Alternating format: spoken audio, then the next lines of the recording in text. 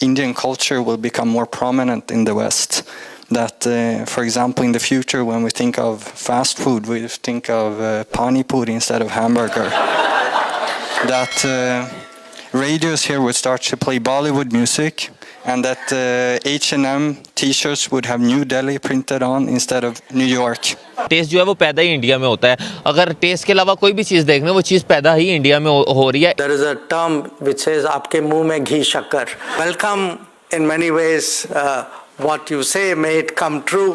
India سے اگر آپ ابھی بھی بزنس سٹارٹ کرتے ہیں تو ٹاٹا جیسے ہزاروں ہیں ادھر, وہ چھوٹا چھوٹا انویسٹ بھی کریں نا آپ کے, ہمارے پاکستان میں, ہمارا پاکستان ہے یہ, چھوٹا چھوٹا انویسٹ بھی کریں کہ گاڑیوں کے سلسلے شروع ہو جائیں, گاڑیوں کی قیمتیں کتنی ڈاؤن ہو جائیں. جیسے کہ ابھی ہم برکت مارکیٹ میں اور یہاں پہ بھی دیکھیں تو انڈین جو فوڈز ہیں اسی کو زیادہ تر پروموٹ کیا جا رہا ہے, وہی لا رہے ہیں, جبکہ ہمارے جو ٹریڈیشنل فوڈز ہیں اس کو پروموٹ نہیں کیا جا رہا.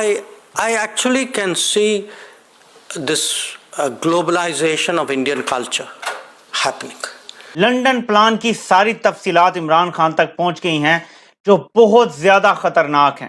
عمران خان کا کورٹ مارشل کیا جائے گا اور ان کے اوپر بغاوت کا مقدمہ چلے گا, جیسا کہ انہوں نے اپنی ٹویٹ میں بھی لکھا ہے, اور ان کو 10 سال کے لیے اندر کر دیا جائے گا اور ان کی پارٹی پر بھی بین لگا دیا جائے گا. ملک میں اکانومی رہی, لا اینڈ آرڈر رہا, نہ ہی اداروں کی تکریم رہی. بس یہ ہے پاکستان کی جمہوریت کی کہانی. آپ بھوکے ننگے ہو, اس چیز کو سمجھو, پوری دنیا سے بھیک مانگتے ہو اپنے ملک کو چلانے کے لیے, اور آپ نے اپنے ملک میں اربوں روپے کی توڑ پھوڑ کر دی.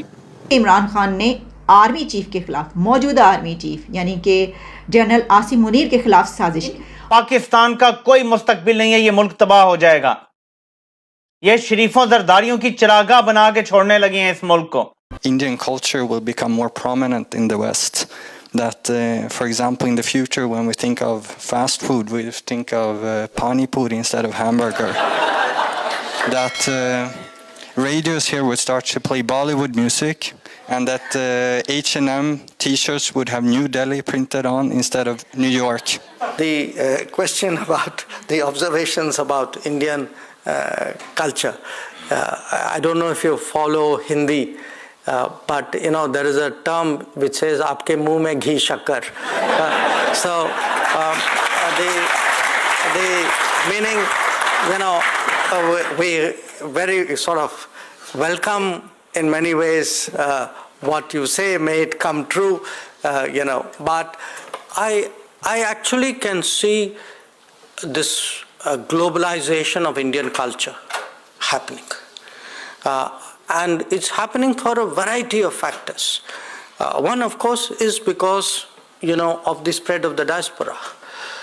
The second is we ourselves, I think, are much more confidently expressing it. It's important we try to find ways of making it more universal. And one very good example of that is actually this initiative which started in 2015 of celebrating the International Day of Yoga. Imran Khan کا court martial کیا جائے گا اور ان کے اوپر بغاوت کا مقدمہ چلے گا, جیسا کہ انہوں نے اپنی ٹویٹ میں بھی لکھا ہے, اور ان کو 10 سال کے لیے اندر کر دیا جائے گا اور ان کی پارٹی پر بھی بین لگا دیا جائے گا. عمران خان کو اب کس طریقے سے ٹیکل کیا جائے, تو عام طریقے سے تو آپ جانتے ہیں, تو وہ تو ان کے ساتھ جو عوام ہیں اور جس طریقے سے وہ اپنے سیاست کو لے کر چل رہے ہیں, تو کسی عدالت میں جب وہ پہنچتے ہیں, عام عدالت کورٹ, تو وہاں پر ان کی گرفتاری کے بعد کیا ہوا ہے, اور اس سے پہلے وہ پولیس ان کو گرفتار نہیں کر پا رہی تھی, 4-5 مرتبہ کوشش کی گئی اور پھر رینجرز نے ان کو گرفتار کیا, یہ طریقہ اختیار کیا. لیکن اب رینجرز کی گرفتاری کے بعد کا فیلئر سامنے ہے, تو اب ایک اور طریقہ یہ رہ گیا کہ ان کے خلاف ایک فوجی عدالت میں کیس چلایا جائے, کورٹ مارشل کیا جائے, آرمی ایکٹ کے تحت مقدمہ چلایا جائے. اب یہ کس حد تک اس پر عمل کیا جا سکتا ہے, اور کیا واقعی ان کے خلاف آرمی ایکٹ کے تحت ہی کیس چلے گا, اور پھر اس کے بعد ہماری یہاں کی سیاست کس پیک پر پہنچے گی, اور عمران خان اس کا جواب کیسے دیں گے, اور کیا یہ کہیں جلتی پر تیل کا کام تو نہیں دے گا, اور بلکہ میں سمجھتی ہوں کہ جلتی پر تیل نہیں, بھڑکتی ہوئی آگ پر کوئی پیٹرول کا پورا ٹینک تو نہیں الٹایا جانے لگا. یہ ذرا سوچنے کی بات ہوگی. یہ سوچ لیں جو بھی اس طرح کا کوئی پلاننگ ہو رہی ہے یا اگر کچھ ایسا ہو رہا ہے. یہ خبر آ رہی ہے کہ ان کے ساتھ جو کچھ لوگ ہیں جنہوں نے ان کی مدد کی اور ان کا ڈیزگنیشن اس کی اجازت نہیں دیتا تھا ان کے خلاف بھی چلایا جائے گا. تو وہ اس طرح کی خبریں تو ہم پہلے بھی آپ کو بتا چکے ہیں کہ کئی لوگوں کا تو کورٹ مارشل کرنے کی باتیں ہو رہی ہیں کہ کچھ ایسے لوگ جنہوں نے اندر سے عمران خان کو سپورٹ کیا ہے اپنے ادارے کے خلاف جا کر. جہاں ایک طرف یہ خبر ہے وہیں دوسری خبر یہ ہے کہ عمران خان نے آرمی چیف کے خلاف موجودہ آرمی چیف یعنی کہ جنرل عاصم منیر کے خلاف سازش موجودہ آرمی چیف کے خلاف ان کی سازش کی بات کون کر رہا ہے؟ وہ کر رہے ہیں عمران خان کے اپنے آزاد کشمیر کے former prime minister Rana Tanveer Ilyas. اور رانا تنویر الیاس نے کیا کہا ہے؟ انہوں نے آپ سمجھ لیں کہ یہ انکشاف کیا ہے, اندر کی خبر دی ہے, ان سے پوچھا گیا ہے, ان کے اوپر دباؤ ڈالا گیا ہے, یا کیونکہ وہ تو عمران خان کے پرائم منسٹر تھے کشمیر میں, لیکن جب ان کو پکڑا گیا اس کے بعد ان کے خلاف جو کچھ ہوتا رہا تو اس کے بعد انہوں نے آہستہ کچھ ایسی خبریں دینا شروع کر دی.